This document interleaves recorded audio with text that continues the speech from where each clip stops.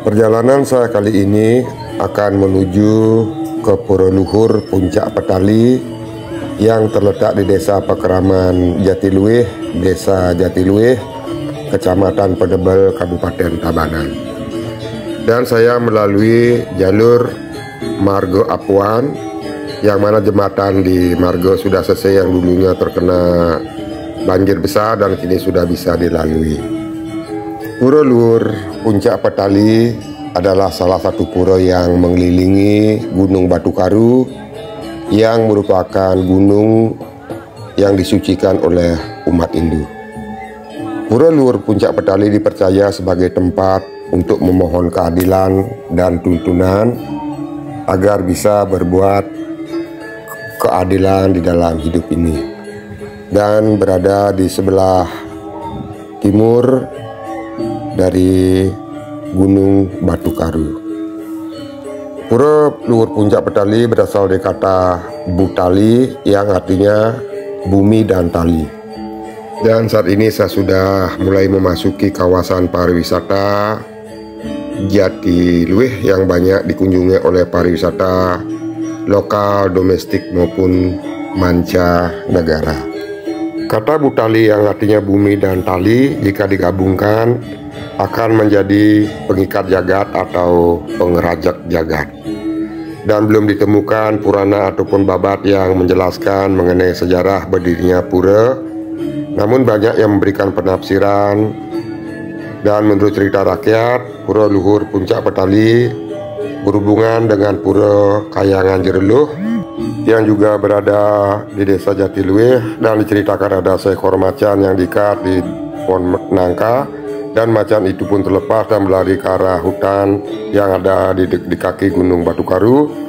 Dan ketika dikejar, sampailah di tengah hutan dan masyarakat menemukan ada gundukan batu yang dikelilingi oleh penyalin atau rotan. Dan batu itulah yang menjadi pelingi utama di Pura Luhur Puncak Petali yang berupa pundahan berundak, merupakan peninggalan purbakala. Sebelum saya ke Pura Luhur Petali, lebih dulu saya akan ke Pura Luhur Sri Rambut Sedana yang letaknya tidak jauh dari Pura Luhur Puncak Petali, dan ini adalah tempat yang akan ditemui sebelum sampai ke Pura Luhur Sri Rambut Sedana. Di sini ada pelinggih dan di sini juga ada pengelukatan. Dan jarak dari pengelukatan ini, pelinggih ini menuju Pura Luhur Sri Rambut Sedana tidaklah begitu jauh. Dan saat ini saya sudah berada di halaman parkir dari Pura Luhur Sri Rambut Sedana.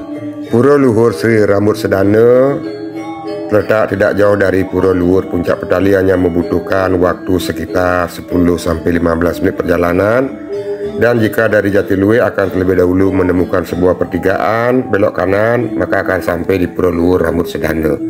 Adapun sejarah pura menurut masyarakat berhubungan dengan kekalahan warga Buduk Badung ketika melawan Raja Mengui, kemudian lari di kawasan Jatiluwih, dan warga tersebut kemudian hidup di daerah tersebut dan mengembangkan perkebunan.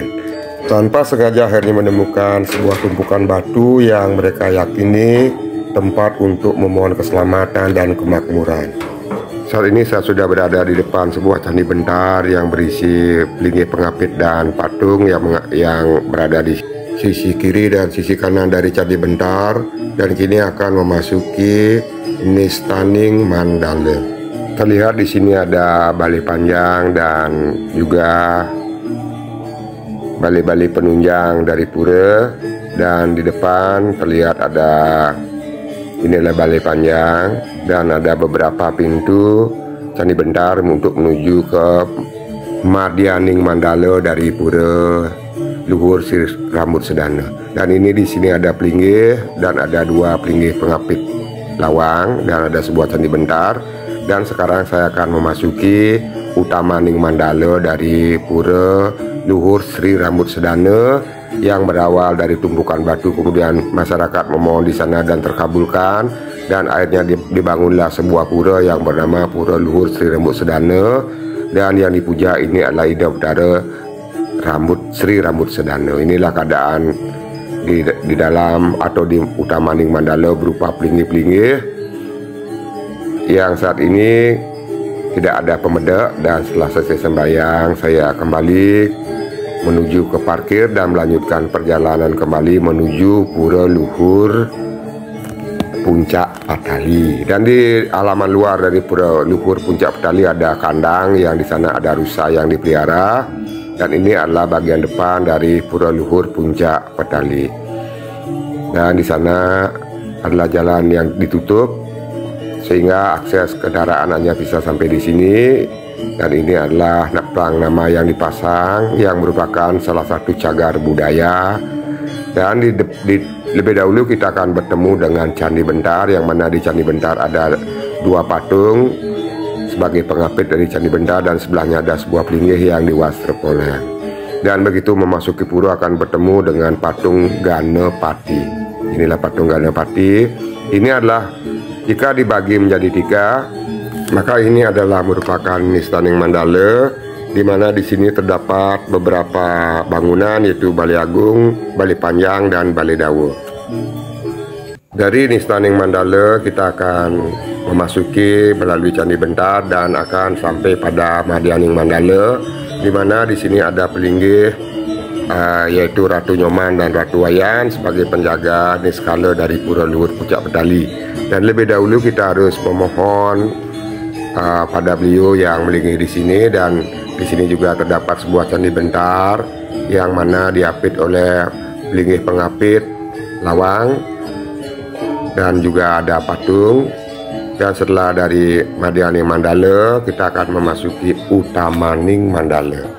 Dan saat ini saya sudah berada di areal Utamaning Mandala dari Pura Luhur Puncak Patali, yang mana di sini terdapat beberapa pelinggih, yang salah satunya adalah pelinggih Meru yang merupakan Pasimbangan Tamlingan, dan juga ada pelinggih Kedong Kerinan dan pelinggih Kedong Simpan.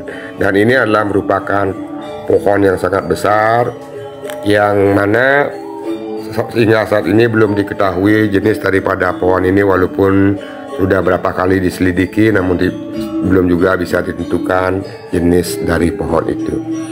Beginilah keadaan di Pura Luhur Puncak Patali, dan di bawah pohon besar ini ada pundan berundak dan ada sebuah lingga yoni.